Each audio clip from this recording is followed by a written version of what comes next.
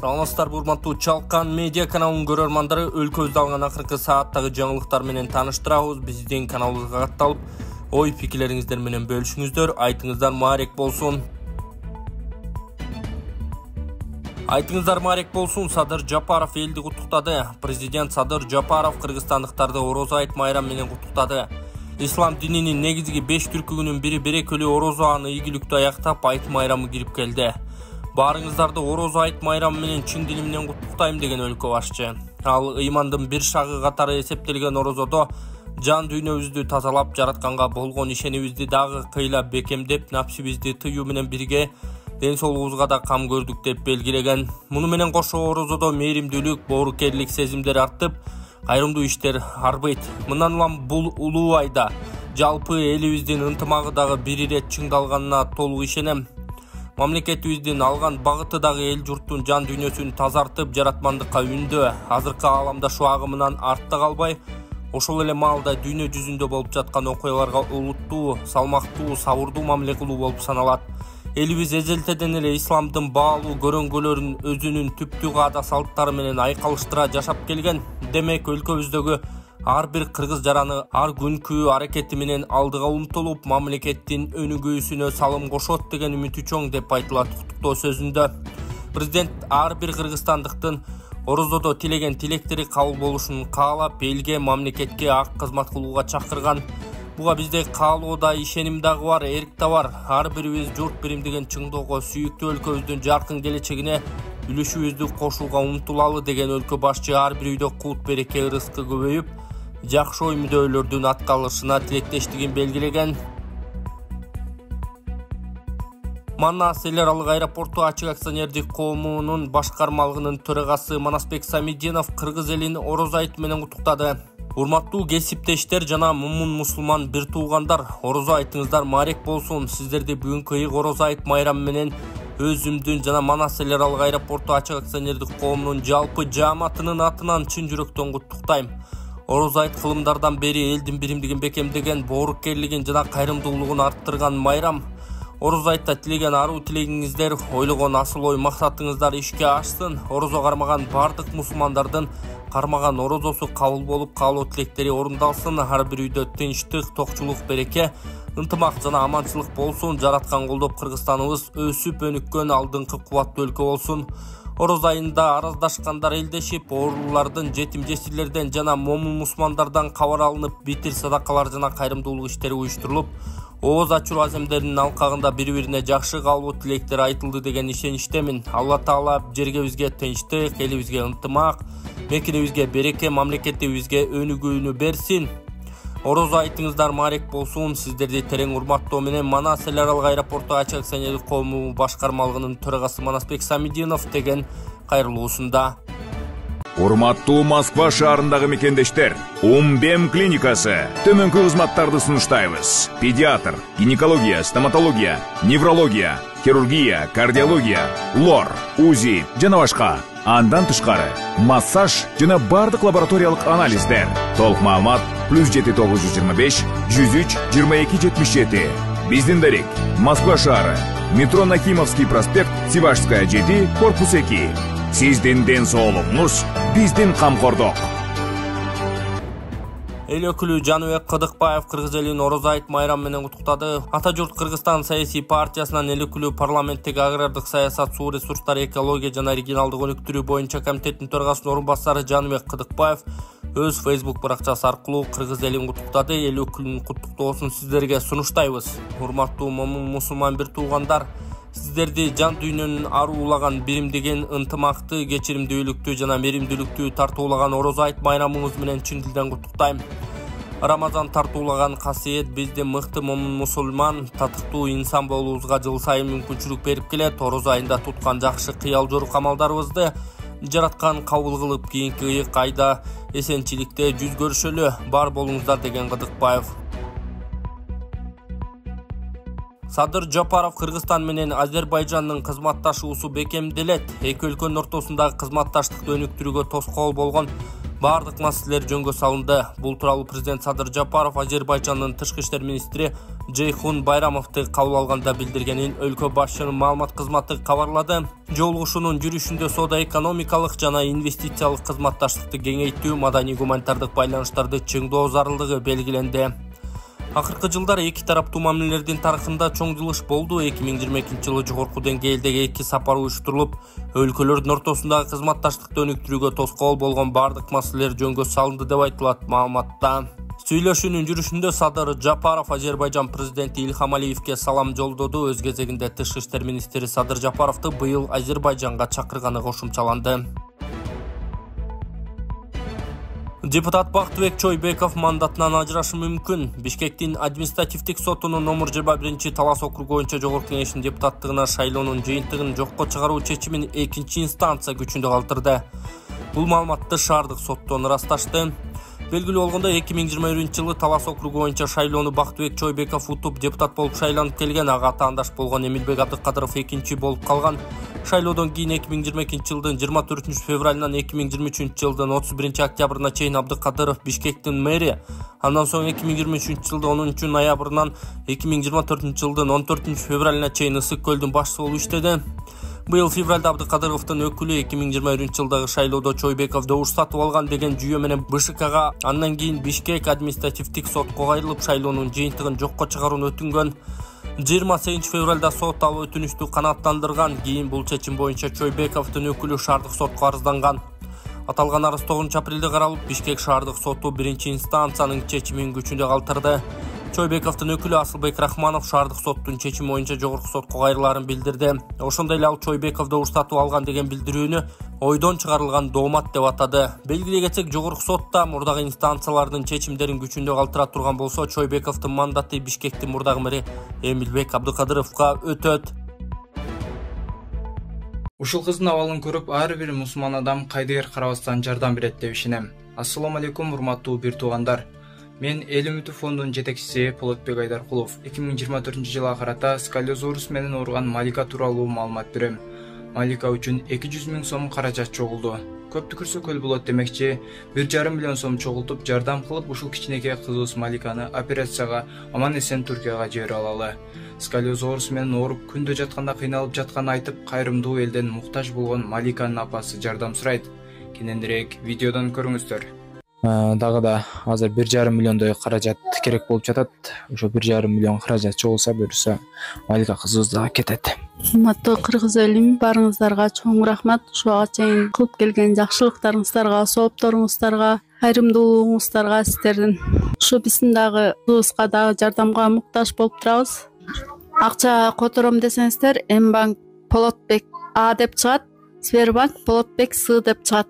Да ушу 1,5 миллиондой акча керек болуп жатат. Ушу кызымдын элдин балдарындай басып, чуркап, ойношун каалайм. Ушунун кыйналганын көрүп, түнкүсүн уктай албай, бир каптал менен гана жатып уктай алат. Ушу мектепке баргым келет, мен да балдар менен ойногум келет деп айтат. Айла жок.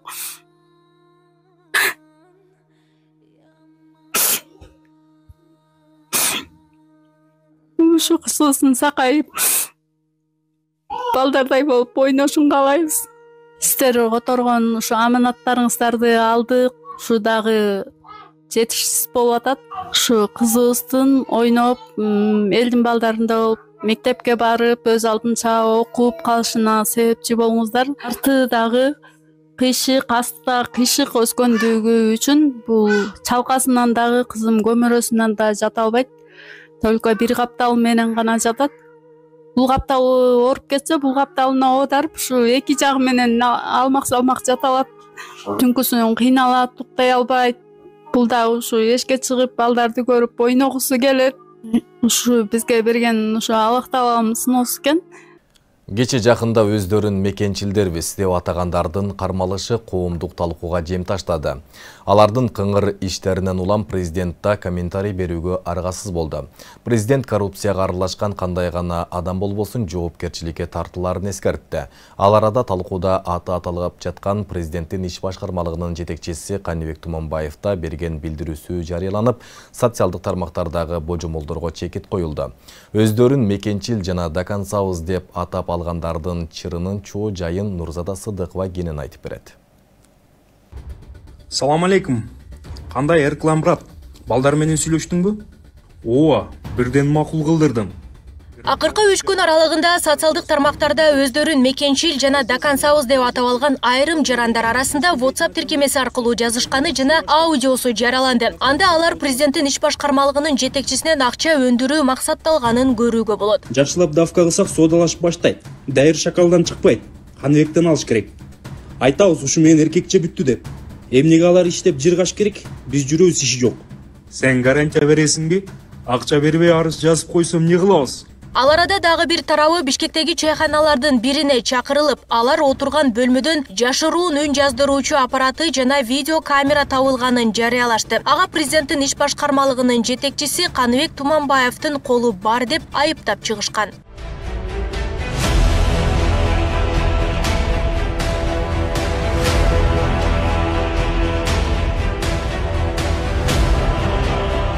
Ал эми бул окуяга байланыштуу кечээ Бишкек шаардык ички иштер министрлиги тарабынан 6 жаран кармалды. Кармалгандар буга чейин өздөрүн президент Садыр Жапаровдун тарапташыбыз деп атап келгени менен коомчулукка белгилүү. Аларга учурда бейбаштык беренеси менен иш козголуп, тергөө амалдары жүрүүдө. Жогоруда кылмышты жасоого шектелип, Кыргыз Республикасынын кылмыш жаза процессуалдык кодексинин 96 беренесине ылайык жарандар Бишкек шаар ички иштер башкы башкармалынын убактылуу кармоочу жайга киргизилишкен. Кылмыш иликтөө уланууда. Бири мекенчил, бири даканса болуп, эки жаатка бөлүнүп, социалдык тармактарда кызуу талкууланып жаткандардын жагдайы боюнча президент кезектеги маегин берди. Анда өлкө башчы акыркы убактарда өздөрүн мекенчилбиз деп атап алган аферист, шантажчылар пайда болгонун ачыктады. Ал ким болбосун коррупцияга аралашса, жоопко тартыларын эскертти. Эгер кимде-ким мыйзамсыз иштерге барса, бирөөдөн шантаж кылып акча дооласа, коррупцияга аралашса, мекенчил эмес. Ким болсо да жоопко тартылат. Мекенчил болсоң, чын жүрөктөн мекенчил бол. Мамлекет үчүн мекенчил бол. Мен мекенчилмин деп бирөөгө милдет кылба. Чыныгы мекенчилдер кыйкырбай эле, милдет кылбай эле мекенчил болуп жүрүшөт. Алардын баарын билем, тааныйм, бийик баалайм. Шантажчылар мурдадан эле президентке жамандап кызматтан алдырабыз деп шантаж кылып, акча алып жүрүшкөнүн билип, эки тарапты тең чакырып эскерткенмин. Мамлекеттик кызматкерлердин кимиси кандай иштеп жатканы мага да көрүнүп турат. Мурдакы заман жок. Бирөө мамлекеттин акчасын бир тыйын урдай албайт. Мейли мурда ким болбосун, кайсы партия менен шайлоого барбасын бөлбөймүн. Азыр күчтүү кадрлар жетишпей жатат. Сынчылар көп. Колдорунан иш келбейт. Алардын баарын көрдүм. Чайханада орун алган чуулгандуу окуя тууралуу президенттин иш башкармалыгынын жетекчиси Каныбек Туманбаев да комментарий берди. Ал өзүн мекенчилдердин башчысы катары тааныштырган Азамат Мариповго чындыгында $13.000 бергенин айтты. Бирок ал акчаны той өткөрүү максатында сураганын жана ага өкүл ата болуп берүүнү суранган. Деген менен ал акчаны максаттуу колдонбой, ар кайсы шылтоолорду айтып жүргөнүн кошумчалаган. Бирок кийинчерээк шантаж кылууга өтүп, аны жаманатты кылам деп коркута баштаганын түшүндүргөн. Кийинчерээк тез эле телефон чала берди, СМС жаза берди. Менин ишим көп, жооп бергенге убактым жок, жооп жаза албадым. Анан эле шантаж кылганга өттү. Бүгүн кабыл албасаң кеч болот. Эртең түз эфирге чыгып сени шыбайм деп. Ай эмне болду сага? Сураган жардамыңды бердим го. Башка акчам жок десем, ал акчаңды Адинай карындашым менен Кудрет агамдын карыздарын жап. Мага дагы акча керек болуп жатат деди. Жок башка акча деп телефонду коюп койдум. Ошондон баштап өзү баш болуп мекенчилмин деген башка балдар баары биригип мени социалдык тармактардан каралап баштады. Мен президентке Азамат Марипов мени шантаж кылып атат деп кирип айттым. Президент Азамат Мариповду бир тууган агасы Кудрет Тайчабаров, бир тууган карындашы Адинай Марипованы кошуп чакырып, мен болуп президентке кирдик. Соңку учурларда мекенчилмин деп көкүрөк кагып шантаж кылуу менен чектен ашкандар көбөйүүдө. Алардын жалгыз максаты каражат өндүрүп, коркутуу жолу менен өздөрүнүн кызыкчылыгын ойлошот. Жыйынтыгында алар бийликти жаманатты кылып көрсөтүүдө. Чыныгы мекенчил болсо президенттин атын жамынбай, анын ишмердүүлүгүнө тоскоолдук жаратпашы керек деп белгиленүүдө. Президенттин бир тактикасы бар экен. Бунун тактикасы бар десек да болот. Бул бир эле топтун же бир клан менен иштеше турган немеси жок да бунунчу. Бүт мамлекеттин ичиндеги күчтөр менен иштешкенге бунун немеси бар да. Ошондой ниети да ошондой. И ошону менен кошо мамлекетти көтөрүү бунун негизги максаты ушундай да. Ошон үчүн президентке биз эч качан мындай тоскоолдук кылганыбыз туура эмес. Мекенчилмин, анан да башкамын, сен убагында колдогонмун деп айтканыбыз негизинен эле туура эмес. Белгилей кетсек, социалдык тармактарда бир канча күндөн бери өздөрүн мекенчилдер деп атап алгандардын кармалуусу коомдук талкууга түштү. Алар президенттин иш башкаруучусу жана президенттин администрациясынын маалыматтык саясат бөлүмүнүн башчысына карата бир топ сындарды келтиришкен. Ага карата президент комментарий берип, коррупцияга аралашкандар ким экенине карабай жоопко тартыларын эскерткен. Түшүн кандай? Быйыл Кудайга шүгүр сон көрүп тургандар мынакей чоң болду, кызыл, кочкул. Жакшы болду мынакей, чоң болду. Метр болуп калыптыр десең бою. Метр. Результаты бар экен. Гуминин назар жок, жакшы экен да. Бойго бериптир как раз. Ростко да бериптир, жакшы. Айба мынакей баянкы мен айтып аткан гумин удобрение. Мынакей эба результат. Мына картошка бир чачкан. Карачы кандай бодрый картошка. Карачы молар сабактарын жоон. Картошканы бир сугардым дагы, бир лезвия жүргүздүм. Так эле ушундай мен менен бирге сепкен, чогуу эле сепкенбиз катарлаша эле. Саламатым мынакей. Бул да бир лезвия менен бир кара сугат кылды. Бирге сугардым мынакей. Экөөбүздүкүнүн айырмасы мына. Мына картошка. Мен гумин семирткичин сепкенмин. Бир эле жолу. Ошол трактор менен себилди. Натыйжасын мына ошо сиздерге көрсөтүп атам. Мен канча жылдан бери ушу дыйканчылык кылып эле жүрөм, бирок мындай натыйжа болгон эмес. Эң жакшы натыйжа болду.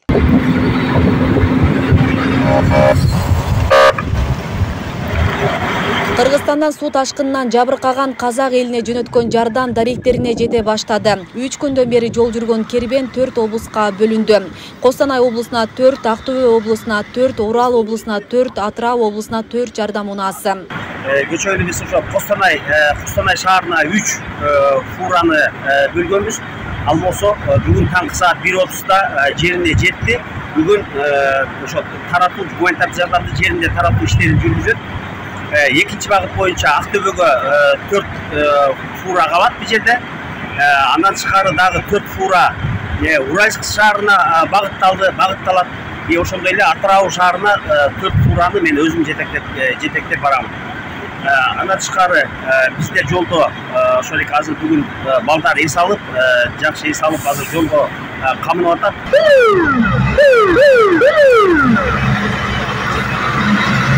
Кече Казакстандын сааты менен 22:15 келген кербенди Актөбөдөн жергиликтүү бийлик өкүлдөрүнүн губернатордун орун басары тосуп алды. Ал бир тууган кыргыз эли жардамга алгачкылардан кол сунганын билдирип, эки элдин ынтымагын далилдегенин айтып, мындан арыда коңшулаш мамиле бекемделерин билдирди. Сиздерге чоң рахмат. Ушундай оор кырдаалда Актөбө суу ташкынынан жабыт тарткан элге жардам алып келип жатасыздар. Кыргыз эли биринчилерден болуп жардам колун сундуңуздар. Мындан ары Арал, Костанай, Атырау облусуна барасыздар. Актөбө тургундарынан сиздерге миңден миң рахмат.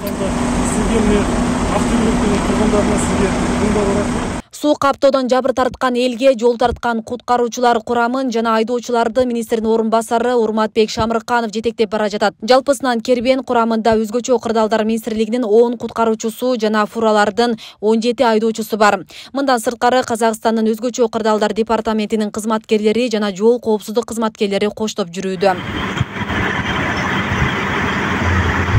Бизди Казакстан Республикасынын өзгөчө кырдаалдар министрлигинин кызматкерлери жана ички иштер кызматкерлери кайгуу кызматы бизди ошол эле коопсуздук эрежелерин сактоо боюнча коштоп жүрөт. Эч кандай баягы ооруп калган, сырколоп калган арабызда кызматкерлер жана ошондой эле айдоочулар жок. Суу каптоодон жабыркаган элге багытталган жардам Кыргызстандан Казакстанга 6 апрель күнү жөнөтүлгөнү маалым. Аба ырайынын ар кандай шарттарына карабай күн-түн жол жүргөн кербенди казак эли жылуу тосуп, жардам колун сунган кыргыз элине ыраазычылыктарын билдиришүүдө. Биздин казак мемлекетине орасан зор шығын әкеліп жатыр. Бізге көмек беріп жатқандарыңызға сіздерге көп рахмет. Аллах тағала мың есе болып қайтсын. Тұрғанда бар 5 елдің бірі Қырғызстан болатын болса, ең бірінші бізге сіздер көмектесіп жатсыздар. Осы тұрғанда енді бізге әлі көмек келген жоқ, Түркиядан көмек келген жоқ, Әзербайжандардан көмек келген жоқ. Ең бірінші бізге көмектесіп жатқан Қырғыз еліне рахметімізді айтамыз. Екі мемлекеттің ең жақын достугун, ынтымактыгын билдирет деп биз ошол Казакстанда да бир 14 жылдан бери турабыз. Баарын көрүп турабыз. Рахмат чоң Кыргыз элине, өлкө башчысына, МЧСке, Кыргызстан МЧСине чоң рахмат.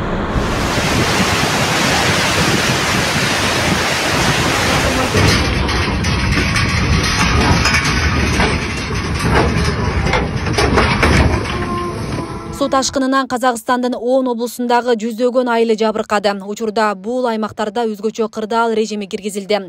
Миңдеген жарандардын үй-жайы, мал жандыктарын суу басты. Маалыматка ылайык, суу каптаган аймактардан 80 миңдин тегерегиндеги адам коопсуз жайга алып чыгылды. Бүгүнкү күндө Батыш Казакстан, Атырау, Актөбө, Караганды, Костанай, Түндүк Казакстан жана Акмола облустарында абал оор бойдон калууда. Казак бийлиги куткаруу иштерин жүргүзүп, тез арада кырсыкты жоюу аракетин көрүп жатышат.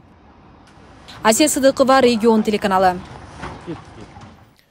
Бүгүн архитектура, курулуш жана турак жай коммуналдык чарба мамлекеттик агенттиги тарабынан Бишкек шаары Власова номер 59 таригинде жайгашкан мыйзамсыз курулуш буздурулду. Белгиленгендей, аталган объект 2016 жылы тийиштүү уруксат кагаздары жок курулуп баштаган. Кийин мам курулуш тарабынан анын мыйзамсыз экени аныкталып, 1 май райондук сотуна доо арыз менен кайрылган. Ошентип сот доо арызды толук канааттандырып, анын негизинде объект бүгүн буздурулду. Нурдан Урунтаевдин айтымында курулуш тармагында иш алып барган ар бир жеке компания Кыргыз Республикасынын мыйзамдарына ылайык ишмердүүлүк жүргүзүүсү зарыл. Баары бирдей мыйзамга баш ийүү менен жашоочулардын укуктары эске алынып, жалпы инфраструктуралык эрежелер сакталышы керек. Мам курулуш агенттиги мыйзамдуу иш алып барам деген ишкерлерди колдоого алат, деди ал. Бул имараттын курулушу соттук органдарга берилген, соттун чечимдери чыгып, бүгүнкү күндө ушул бузуу процессин бүгүнкү күндө биз баштап жатабыз. Андан тышкары деле мындай мыйзамсыз курулуштар Бишкек шаарында аябай көп. Чын айтканда, бүгүнкү күнгө чейин биз дагы көптөгөн мыйзамсыз курулуштарды аныктап келатабыз.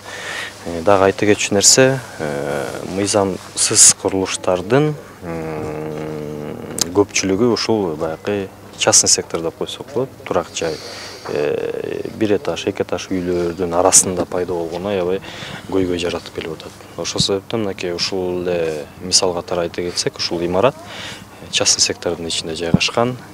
Бул жерде эч кандай өрт коопсуздугуна жана ошондой эле техникалык шарттары дагы жок. Жана ошондой эле бул жакта эгер көп киши жашай турган болсо, бияктагы сеттерге да чоң нагрузка келет. Ошол себептен мыйзамсыз курулуш болгондуктан муну биз алууга мажбурбуз жана ошондой эле тийиштүү чечимдер баардыгы бар.